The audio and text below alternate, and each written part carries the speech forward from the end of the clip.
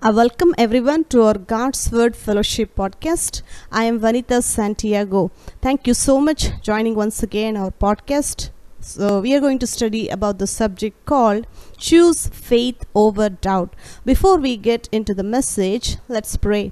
Father, we come into your presence in the name of our Lord Jesus Christ. God, you are good and your mercy endures forever. God, you are good and your faithfulness endures forever. Lord, we give you all the glory, all the honor and praise and thanksgiving to your only holy name, in the name of my Lord Jesus Christ. Father, we come into your presence for our country, India.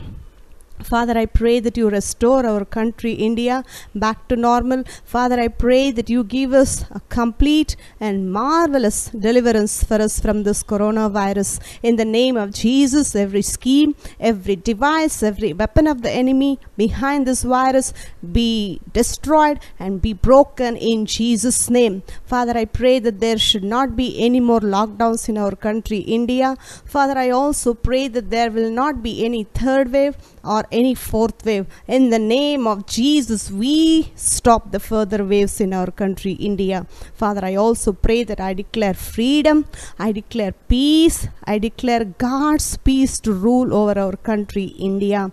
Father, we also thank you, Lord, that this virus will never mutate anymore into another form. Father, we thank you so much for stopping the works of the devil. Thank you for destroying the works of the devil. Thank you for establishing your peace here in our country, India. Father, I pray that you watch over our land, to do good for our land, to bring health and cure in our land. We thank you for blessing our country, India. Father, even as we are going to meditate on your word, Lord, I pray that you speak to us through your word. Lord, I pray that you give us word in due season, what we need in our life to strengthen us, to uphold us, and to mold us and shape us into what you have called us in our life. We thank you so much for speaking to all of us. In the name of my Lord Jesus Christ, I pray. Amen. Continue to pray for our country, India. Just because there is no lockdown and everybody is working freely now, and this is the time that you should not slack in your prayers. Continue to pray for our country, India, till the time there is zero case in our country, till the time this coronavirus is completely eradicated, completely destroyed. Never cease praying, because fervent prayers will bring breakthrough. We need a complete deliverance. Till the time we get there, continue to pray. Never give up. Steadfastly resist devil in your prayers, and God will do marvelous things for our country, India. Okay, let's read our text. Let's go to Matthew chapter 14, verse 27 onwards. But straightway Jesus spake unto them, saying, Be of good cheer, it is I. Be not afraid.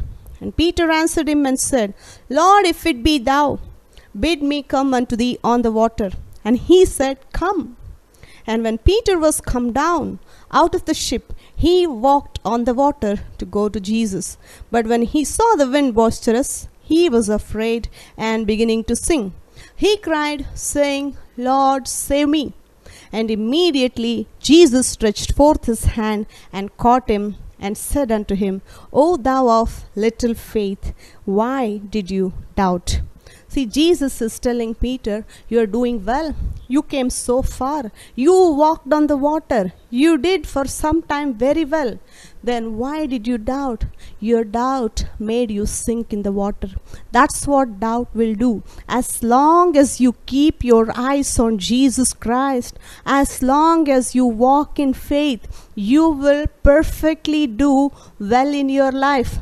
But when you take your eyes off on Jesus, when your eyes off on God's word, and keep your eyes on the world, whatever happened to Peter, that's what will happen to in your life. You will beginning to sink.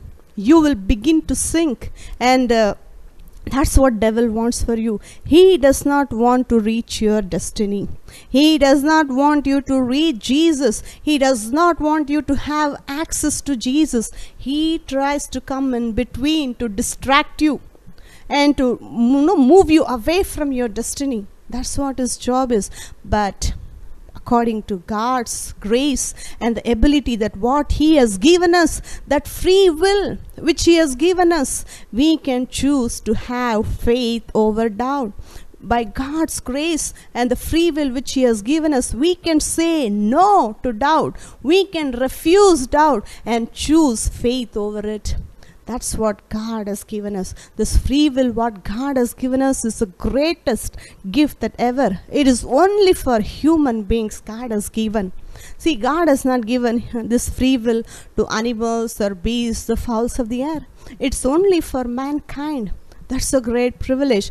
But with this privilege, what God has given us, and He wants us to choose faith. He wants us to choose Him. He wants us to choose God's word and live the life which our Lord Jesus Christ died to give for us. We have been studying about Genesis. We have studied about Adam and Eve. Let's read that scripture one more time. We will look at some more things in the same chapter. Genesis chapter 2, verse 16 and 17. And the Lord God commanded the man, saying, Of every tree of the garden thou mayest freely eat, but of the tree of the knowledge of the good and evil thou shalt not eat of it, for in the day thou eatest thereof thou shalt surely die. See, God had given him choice. There is a free will. There is a free will that I have given you. You can eat everything, but only this fruit you should not eat. The tree which is of the knowledge of good and evil, that fruit you should not eat. On the day that you eat, you will surely die. God has made it very plain and clear to Adam. On the day you eat, you are going to surely die. Adam knew on the day that he eats that fruit, he is going to die. But when devil came and tempted Eve, Eve entertained that thought and she began to doubt God. When she began to doubt God and she meditated on that lie, what devil had put in her mind. See, people will think that doubt will happen overnight. No, we won't learn doubt in one day. It is a deliberate, repetitive thought and a choice that we have made in our life to doubt. It is learned. we have learned to doubt. It is not that one overnight and one day it happened and we are just doubting. No, doubt is something that every human being has learned. Before we were born again, we had doubt about God's word. We doubted God and we doubted prosperity. We doubted blessing. That's the place we were living in before we were born again. See, before I was born again, I was not very well off in terms of prosperity. I mean, we just lived a mediocre life. We just had barely enough. And that's the mediocre life that I was living. But when I got to know about Jesus, even after that, I was living in doubt. I never believed in prosperity. Even though Lord Jesus Christ has made available everything for me. I was reading Bible. Bible was in my hand. I was reading Bible every day. But still then, I did not make a choice to live a prosperous life. My mind was telling that I cannot prosper in my life. I have born in a mediocre family, that I have to continue to live like that. That's what I was thinking. This is after being born again. See, one woman of God, she is a great minister of God. She said like this: it's okay for you to live a miserable life before you are born again. But it's not okay for a believer after he or she is born again to continue in that miserable life. Your days of misery are over on the day you are born again. You are a new creature.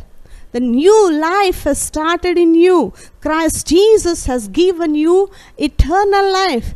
See, people will think that we are going to have eternal life once we reach in heaven. That's true. That's a true statement. But that does not mean that you have to live in this world a broken life. See, we read in Gospel of John where it says, He that hath the Son hath eternal life. if you are having Jesus Christ in you, if you have the Holy Spirit dwelling in you, you already have the eternal life here. That blessing is already available for you right here where you are living on this earth. But we have to make a choice. Even after born again, many believers, sadly, they are doubting God's word. When we preach prosperity for them, immediately their heart is willing, okay? They believe that Jesus has died for them. Lord Jesus Christ on the cross, He paid for their sins. And they also believe that Jesus Christ became poor on the cross for them, so that through His poverty that we might become rich. That's the truth. But they believe in their heart. But when it comes to the mind, they doubt. Okay, Jesus died for us. That's true, I believe. Jesus died to give me prosperity, to give me life eternal. But how is that going to work in my life? That's the enemy plants doubt in your mind. See, faith is of the heart. When you are born again, after you are born again, your spirit is completely pure, holy like Jesus. In 1 John chapter 4, we read one verse there where it says, as He is, so are we in this world. It's talking about Jesus Christ. Like how Jesus is, so are we. Like the same we are in this world. Like means it's not in our mind, it's not in our body. Our spirit is just like Jesus Christ. We have the faith of God in our heart. But we have to bring it to our mind. We have to bring it to our physical senses. See, to begin with, it's not easy. You have already learned to doubt. See, the past life, the way you lived after you're born again, your spirit is completely changed after you're born again. But you still have this unrenewed mind, and you still have this physical body feelings which are contradicting God's word. We need to bring changes. We need to modify our life over a period of time by letting the word of God change our mind, renew our mind, and then you will begin to have the doubt will be fading away. The faith will be starting and raising on the inside of you. It will change your thinking. It does not happen overnight. It's an everyday process. In order for you to choose faith over doubt, it won't happen in 1 year or 6 months or 2 years. It's a deliberate choice that you have to make every day. It has to become your lifestyle to choose faith over doubt, to choose what God has said to make your life beautiful. You have to give a reason for God to bless you. That reason is you have to choose faith.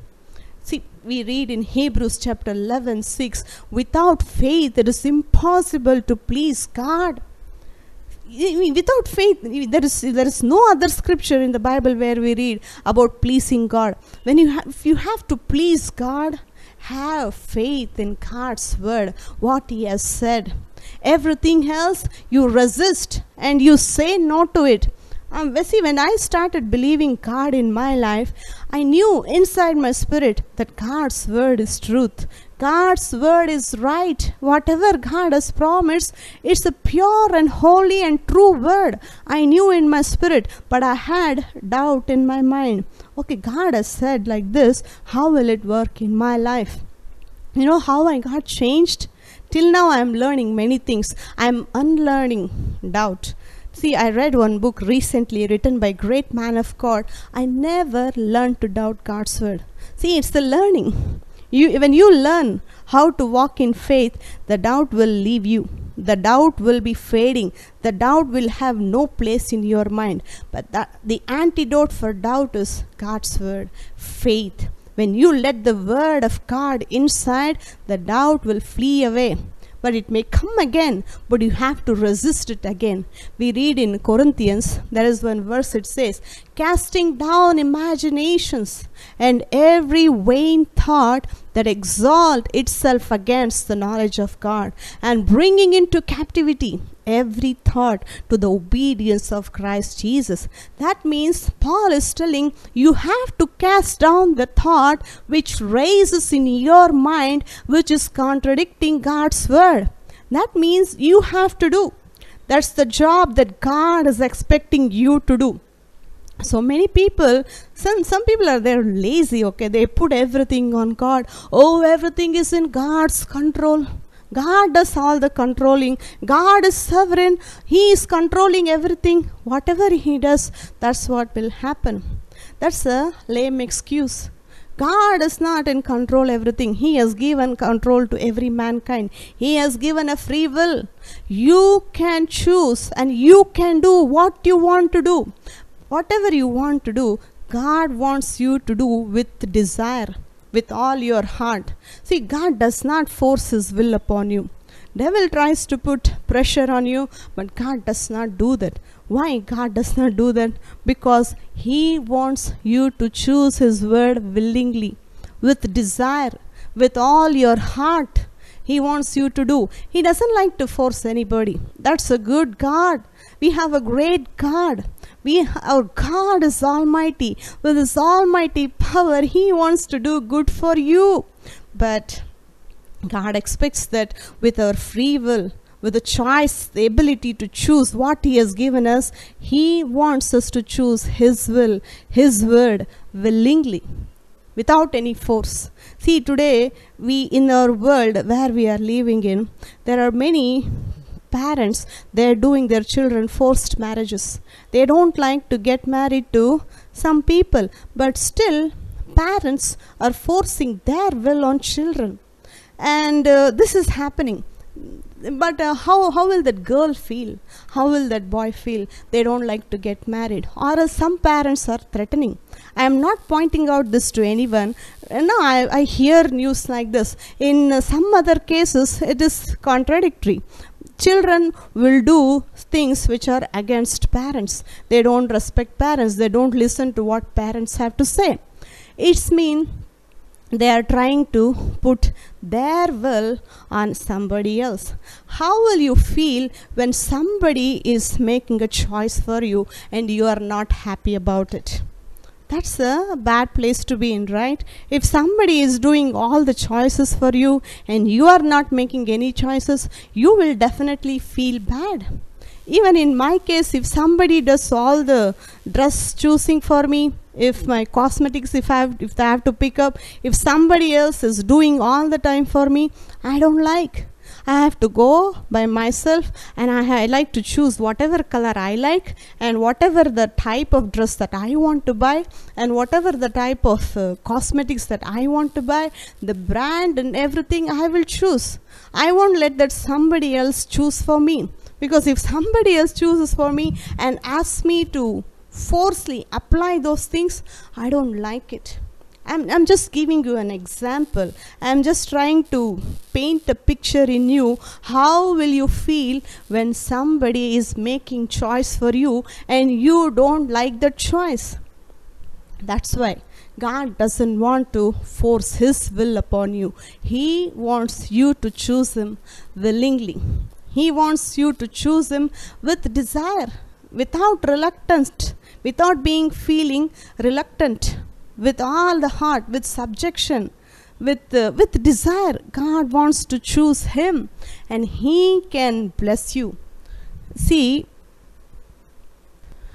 if you can take time to read God's word every day, over a period of time, faith gets planted in your spirit, and slowly you will begin to make choices to walk in faith. Again, I am telling you, this is a daily lifetime process. Even at the same time, enemy will put a doubt in your mind. Faith is of the heart and it is from God. Doubt is of the enemy and it rises in your mind. So, if just because the doubt comes, doesn't mean that you have to entertain it and yield to it. That's what Eve did. That's the mistake that Eve did. She chose to doubt God's word deliberately. She chose and she took and meditated on it over a period of time. Then it came as an action. Even today it's the same thing. It's working in every believer. See, doubt that we learn every day. But if you can take time to read the word of God every day and choose his word every day and make a deliberate choice to walk in faith, that's when you are choosing faith. There will be doubt, but you will be resisting doubt and choosing faith over doubt. See, God the Father has planted the good seed in every believer's heart. You know why Jesus came? This is the reason Jesus has come. Jesus came to pluck up every plant which Heavenly Father did not plant. What is that Heavenly Father did not plant? Doubt. That is not from Father. Doubt is of the enemy to move you away from God so that you will not enjoy the blessings. So my dear God's children, free will is a choice what God has given us. You can choose whatever you want. Like Adam, he could have chosen the tree of life, but instead of choosing the tree of life, he chose death. Adam and Eve, they chose curse, poverty, shame, death, a miserable life by leaving behind the prosperity and blessing. See, the blessings will produce riches, life, joy and happiness. That's what God has given in your hands today. God has blessed you abundantly in Christ Jesus. So what are you choosing? I believe it's smart for you to choose prosperity over poverty. It's a great thing if you are choosing life over death. It's a great thing if you can choose honor over shame. God is willing to crown you. God is willing to exalt you. But God needs your cooperation in choosing faith and his word. We read in John chapter 15 verse 7. If you abide in me and my words abide in you, you can ask what you will and it shall be done unto you. It's very simple, very easy. You don't have to complicate anymore. It's very simple. Choose Jesus and choose what he has said and your prayers will be answered. Don't let anything else hinder, because everything else apart from what Jesus has said, if you try to entertain any other thought, what the world is teaching, what your parents are teaching and what your friends are teaching, what media is teaching, what your colleagues are teaching, if you go by that, be careful the choice that what you are making. If you have a good parents and good friends, it's okay. But what if your friends and your parents are contradicting God's word? Again, you should say no to that and choose faith, because faith will lead you to great destiny. God has great plans for you, and God wants you to walk in faith by choosing his word and choosing his plan for you. I'll end with this. God wants you to choose him, but with the free will what he has given us, so that he can bless you abundantly. We will continue to study on the same subject in the next week. We thank you so much for listening to this message. God bless you. Jesus Christ is coming soon.